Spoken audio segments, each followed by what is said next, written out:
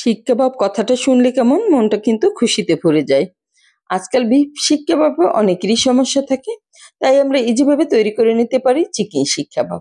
আসসালামু আলাইকুম viewers, sweets and baking এ সবাইকে স্বাগত।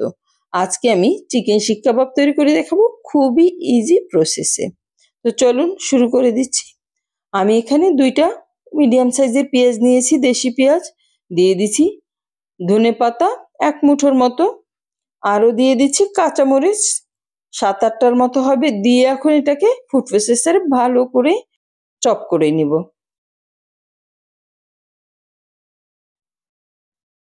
দেখুন এটা চপ করা হয়ে গেছে।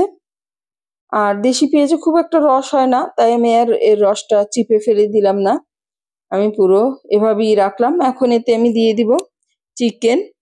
আমি এখানে 2টা বুকের মাংস ইউজ করেছি। দেখুন এই যে আমি পরিষ্কার করে নিয়েছি এগুলি। এখন দিয়ে দিচ্ছি 2 পিস বুকের মাংস, দিয়ে এতে দিয়ে দিলাম 1 চা চামচ পরিমাণে রসুন পেস্ট, দিয়ে দিলাম 1 চা চামচ পরিমাণে আদা পেস্ট, লবণ স্বাদ মতো, দিয়ে দিচ্ছি গরম মশলা 1 চা চামচ পরিমাণে, দিয়ে দিচ্ছি চিলি ফ্লেক্স 1 চা চামচ পরিমাণে, দিয়ে দিচ্ছি ধনিয়া গুঁড়া 1 চা চামচ পরিমাণে, দিয়ে দিচ্ছি জিরা গুঁড়া 1 চা চামচ পরিমাণে, আর এখানে কালো গোলমরিচের গুঁড়ো দিলাম আধা চা চামচ পরিমাণে। ঝালটা আপনারা আপনাদের পছন্দ অনুযায়ী দিতে পারেন। এখন আমি ভালোভাবে ব্লেন্ড করে নিচ্ছি যেন সবকিছু একদম মিলে মিশে একাকার হয়ে যায়। দেখুন এটা সুন্দরভাবে মিক্স হয়ে যাচ্ছে। এটা করা কমপ্লিট।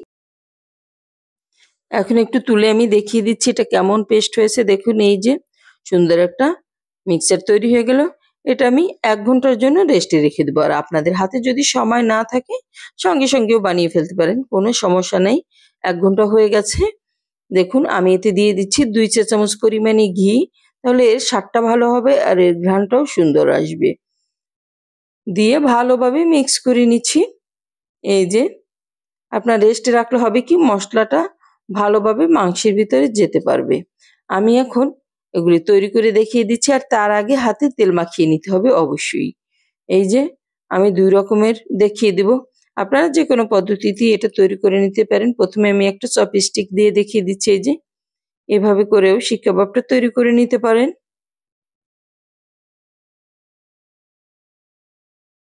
এই যে একটা শিক কাবাব হয়ে গেল, এটাকে আমি এই যে বের করে রেখে দিয়েছি। আরও একটা বানিয়েছি আমি, এটা ওই যে রেখে দিচ্ছি।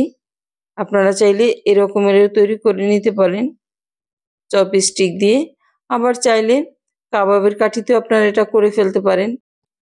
আপনারা চাইলে এরকম কাঠিতেও শিক কাবাবটা তৈরি করতে নিতে পারেন। সেক্ষেত্রে কাঠিটা ভিজিয়ে রাখতে হবে পানিতে 10 মিনিটের মতো। আর এটা যেহেতু চিকেন শিক কাবাব, তাই কাঠিটা পুড়ে যাওয়ার চান্স নেই, কারণ অল্প সময়েই এটা রান্না হয়ে যাবে। এখন আমি একটা ফ্রাই প্যানে তেল দিয়ে নিলাম, দিয়ে এটা কম তেলে ভেজে নিব হালকা করে। দেখুন চুলার হিটটা আমি মিডিয়াম লোয়ে করে দিয়েছি, দিয়ে উল্টে পাল্টে শিক কাবাবগুলি তৈরি করে ফেলবো। আর আপনারা চাইলে এটা যদি স্মোকি ফ্লেভার আনতে চান, তাহলে কিমার উপরে একটু কয়লা দিয়ে স্মোকি ফ্লেভারটা করে নেবেন। এই যে উল্টে পাল্টে আমি এটা ভেজে নিচ্ছি। এটা ভাজতে 8 থেকে 10 মিনিটের মতো সময় লাগবে। একদম লো হিটে দিয়ে ভাজতে থাকবেন।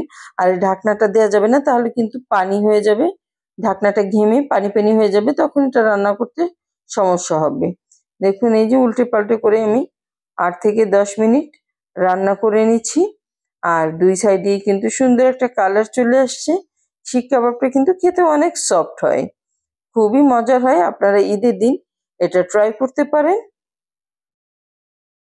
এই যে উল্টে পাল্টে ভেজে নিচ্ছি। দেখুন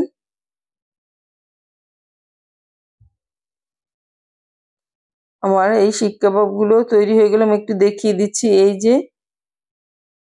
এখন আমি ছোট যে চপস্টিক দিয়ে তৈরি করেছিলাম সেগুলোও ভেজে নিব।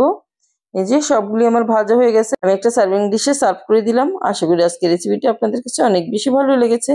আর ভালো লাগলে বাসায় ট্রাই করবেন। সবাই অনেক বেশি ভালো থাকবেন। আল্লাহ হাফেজ।